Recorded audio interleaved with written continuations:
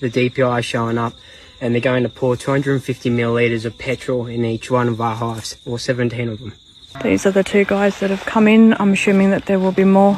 We've proven that we have no Varroa mite in our hives. They don't even test it. In fact, they're here to just destroy it. They come here, they've got their petrol, they're pouring it into our hives. They don't care about you. They care about their money. They care about destroying us. Please, please, please share this around, like it. We need the algorithm to push this out. We really need to show what the hell they're doing. They didn't even test our hives and they're just killing them. They haven't even, get that in their heads, they haven't even tested for something they're killing for. That makes no sense. Do you guys want to get involved with the euthanizing or just want to stay out of it? I'll stay out of it. Okay, that's all right then. Yeah. There we go. There's your conspiracy theories for you.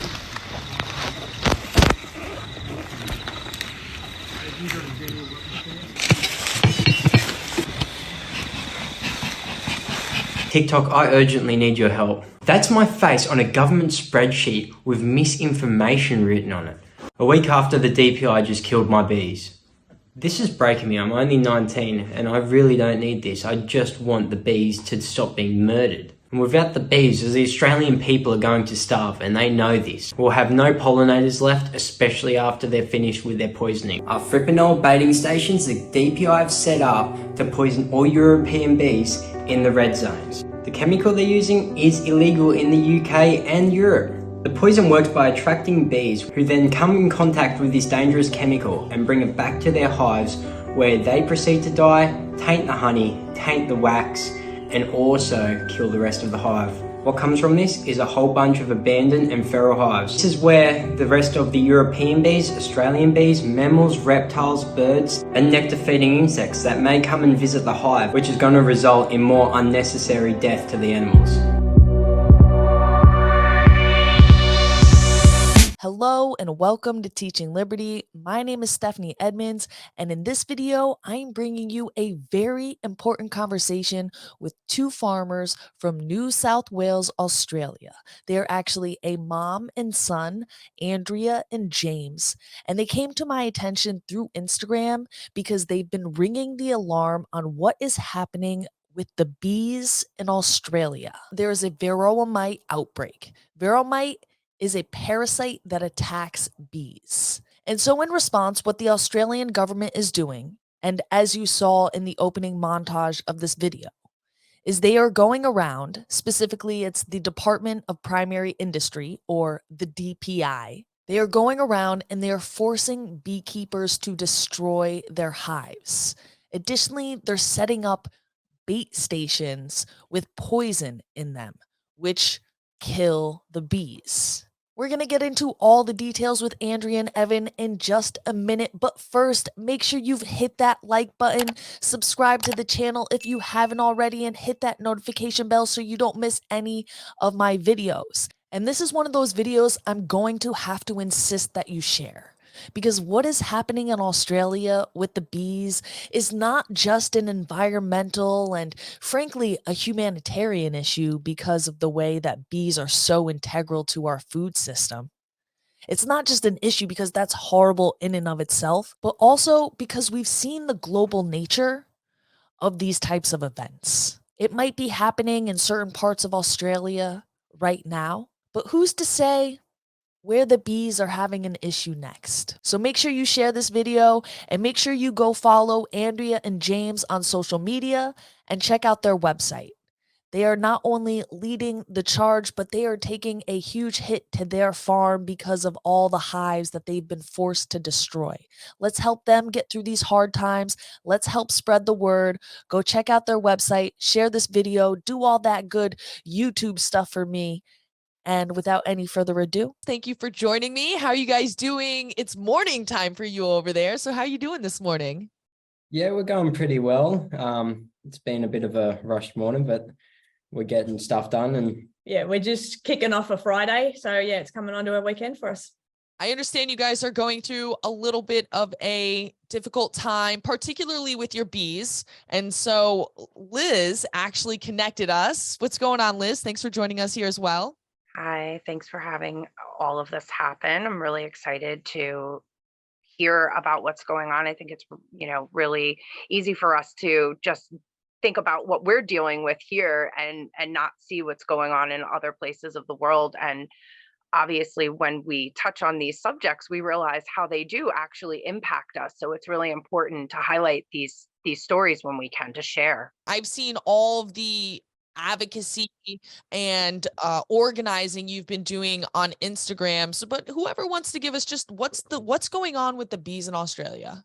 So basically, we've had the Varroa outbreak in Australia, and it's been here for 10 months, they've said, but it literally they even told us yesterday, because we had a meeting with the DPI, that it would have had to have been here 6 months prior to when they actually found it. So it's probably been here for about a good 16 months.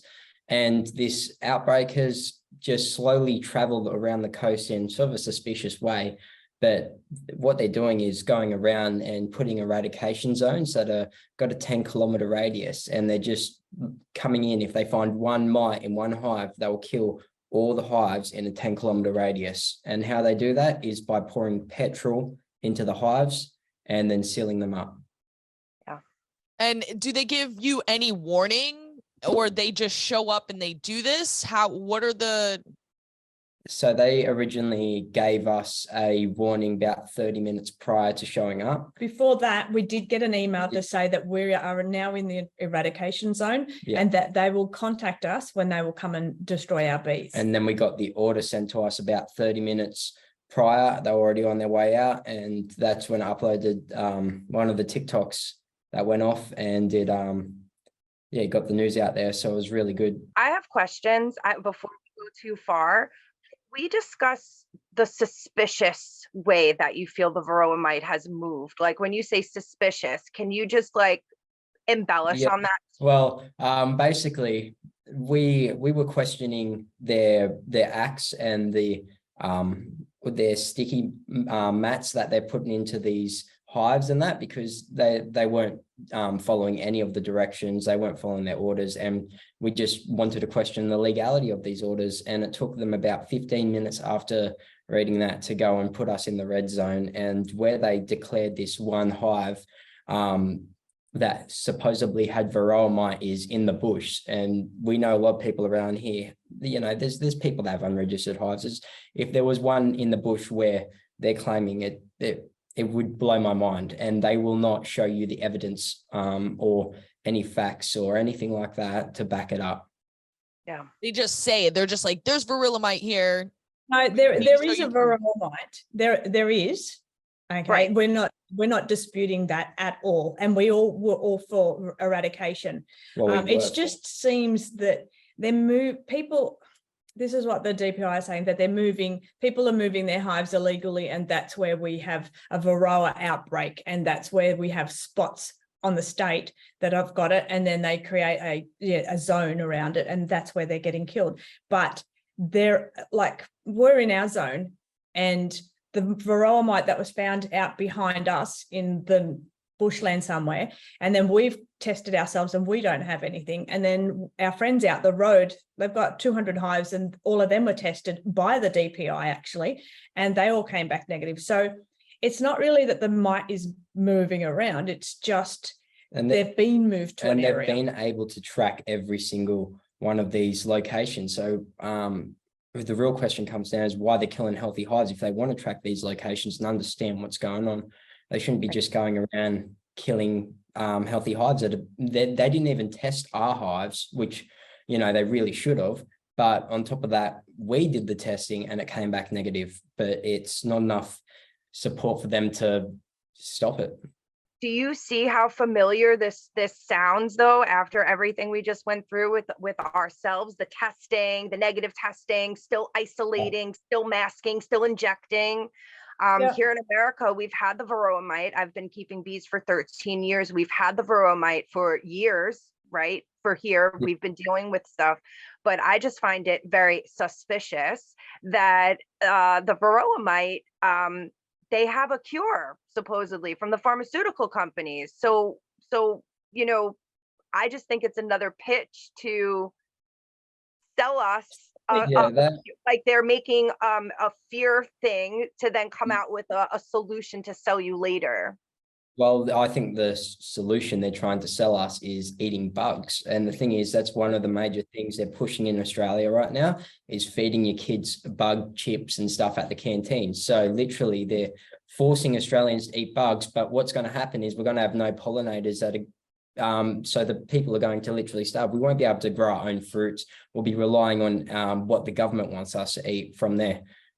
Do you have any recourse? I know you said you've taken some videos, you were demanding some sort of explanation, you were given some sort of official paperwork.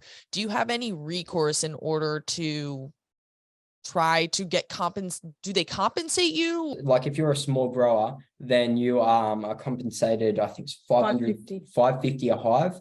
And that's not including your supers, and they won't pay for your supers, they won't pay for your honey, they won't pay for any of your product loss or anything like that. If you're a commercial beekeeper, they will pay for your supers and they'll pay for your honey as well.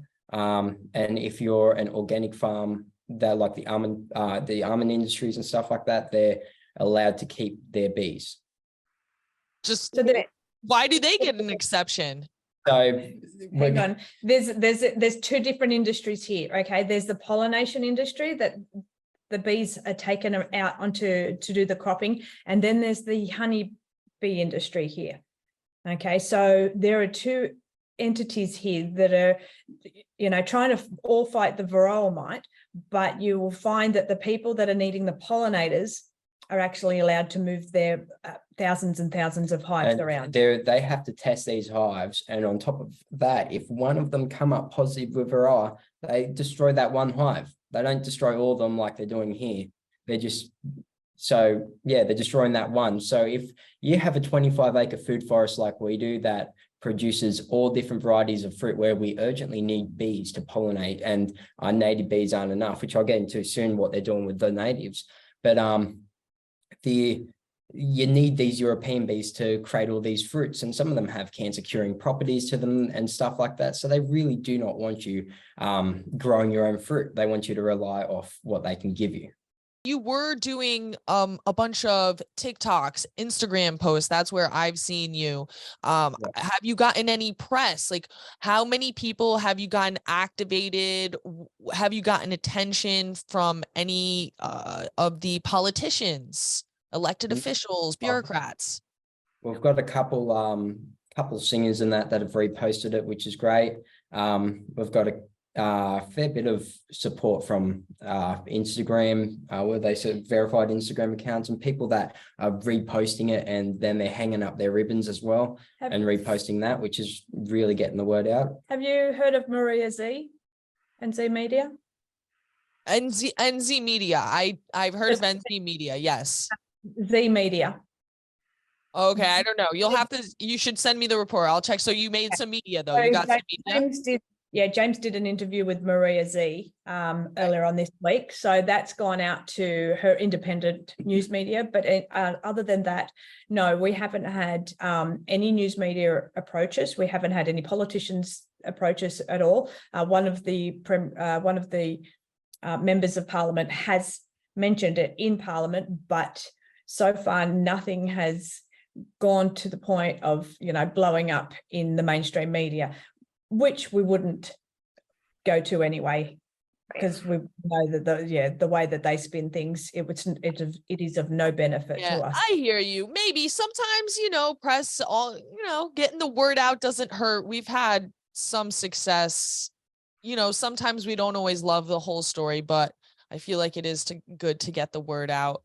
And that's that's what we've been doing very well through social media and through the local communities and that. So it's from there trying to spread the word out like that and trying to get it properly spread. But the thing is, there's a lot of information that people still don't know about it, and it's trying to inform people on that information.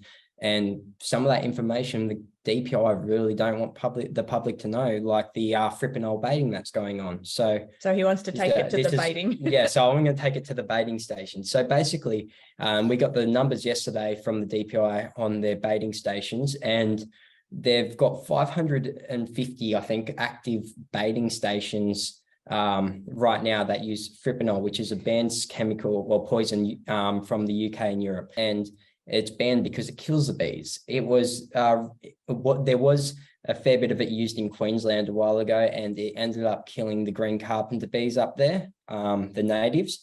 And the same thing is going to repeat in New South Wales, we believe, because what happens is these bees come in to these hives, these boxes, fipronil baiting boxes, they take up some of this sugar syrup with fipronil in it, and then they take it back to their hive, they poison the hive and kill the whole entire hive. Then that opens up for other pests, other insects, other nectar feeding, anything and nectar feeding really, that will come along and have a nibble at that hive and then cause more devastation. But on top of that, you've got other European bees that will rob that hive and then die.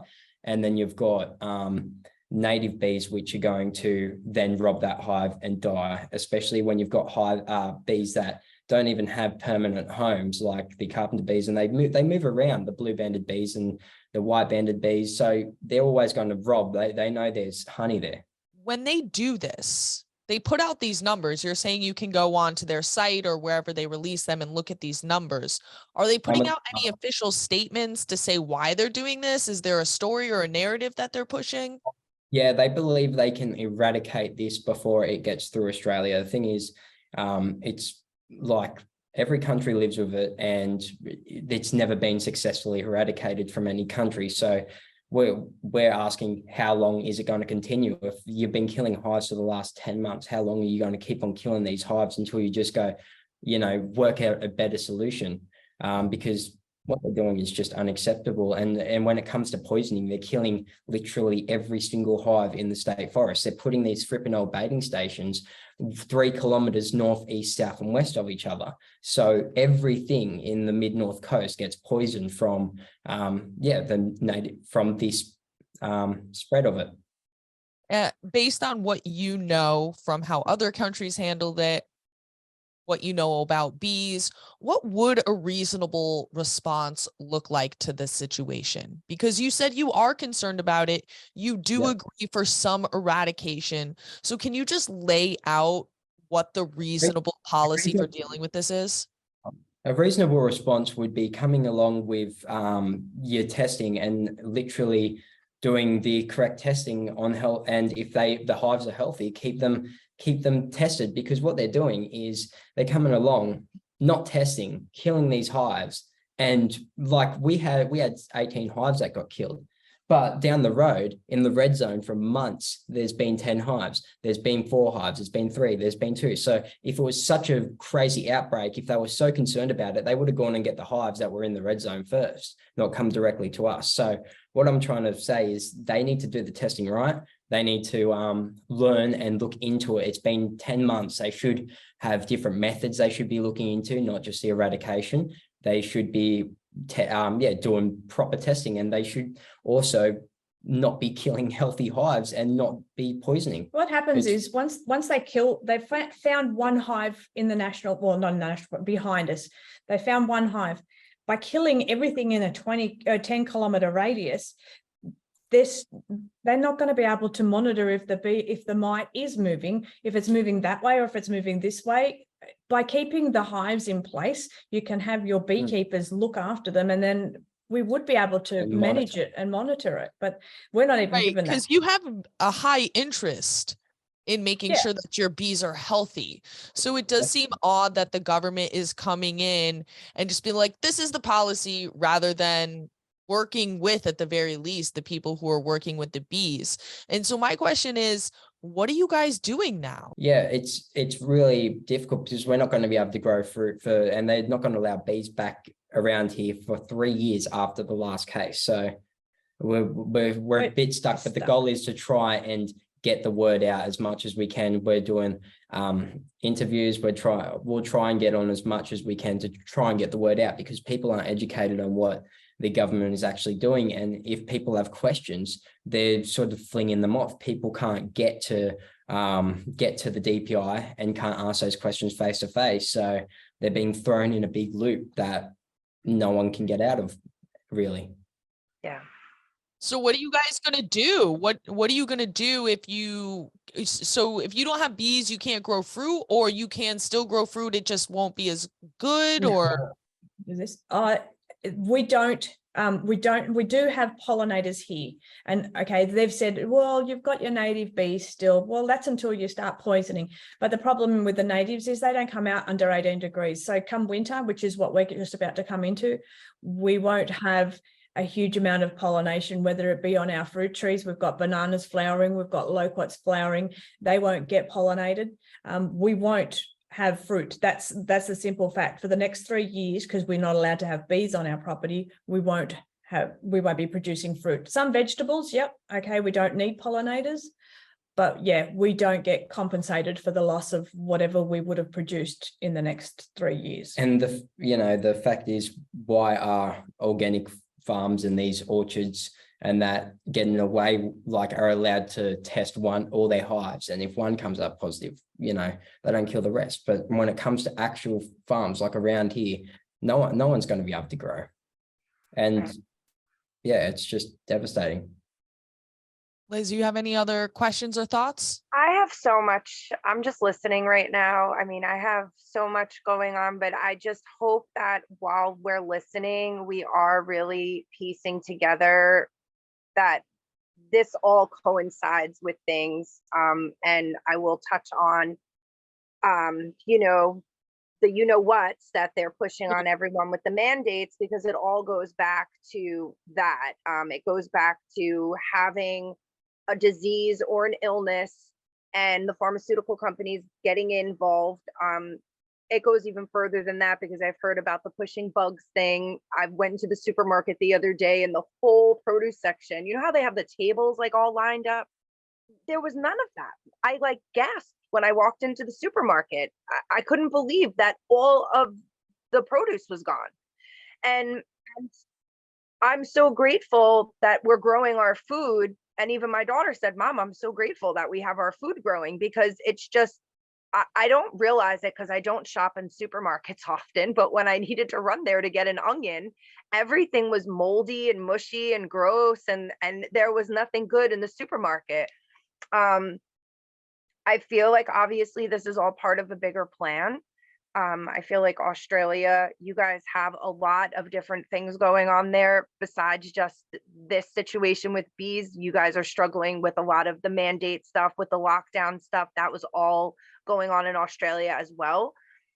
My biggest concern is the food security for people all around the world at this point, because I think everybody is struggling with a symptom of food insecurity or being threatened of food insecurity. I think I feel the passion, because I feel just as strongly about my bees. I had my first hive robbing this season last season because of a drought. And I did everything I could to stop my hive getting robbed by other bees.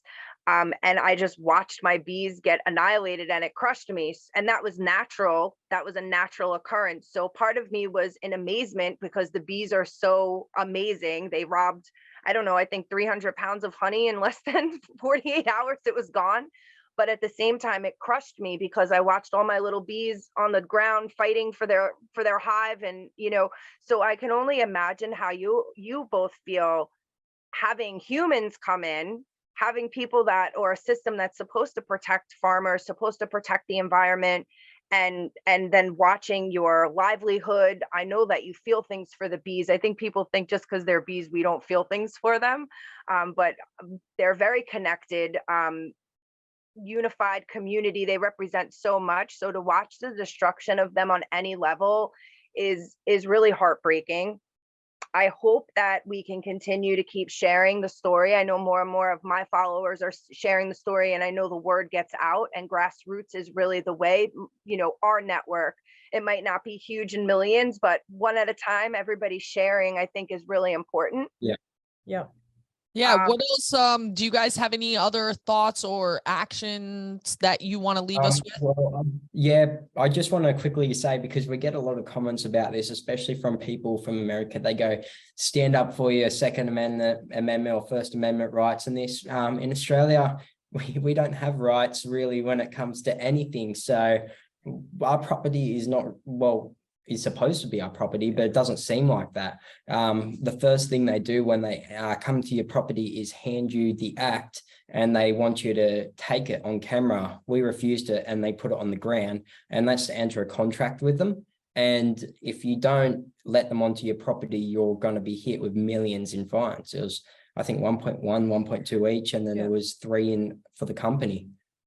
Is this like crazy? Like, are you allowed, like, if you know they're coming to your place, like, do they know how many hives you have? They've already come and investigated. They know there's no way to like hide the hives or. So as beekeepers, we did the right thing and we registered our hives with the DPI. Okay. And that gives them access to, you know, well, here's all the details. So yeah, they actually came out when the Varroa mite first was found, well, months after, but they did their own tests. And, you know, we've reported our own tests online as well. So yeah, once you give them the information, you basically, yeah. Do you feel regretful that you registered, or do you still feel like you did the right thing? Like, how does that feel to you now? I feel like everyone's supposed to do the right thing, and, you know, I can understand why they have the registry system, but, you know, the fact is that I don't think a lot of people are going to register their stuff after this. And the thing, and it's not our fault. It's literally the government's fault. They're pushing so hard and scaring the living crap out of the people that they're not going to want to register their animals after this. No, they're not going to register their bees. And we brought this up with the DPI yesterday. How are you going to get the people's trust back after you've done what you've done? There are people that are unregistering their bees because we voluntarily got rid of our bees. We promise. Yeah, they're gone. But no, there are people that don't trust, and yeah, you know, you do the right thing and then it just bites you on the ass. So yeah, note to self, the future self. It's sad to feel that way though. It's sad that, you know, you want to do the right thing, you want to be by the book, you want to be part of something like that, and then, like you said, it comes back to bite you on the butt a little bit here in a big way. The guys down the road who have got 2 hives, multiple people down the road. Then if they're not registered, then they're not registered. So where is the emergency? Like, you know, the people that have registered their bees are the ones that are getting penalized, and the people that are unregistered or have small amount of bees, like we had 18.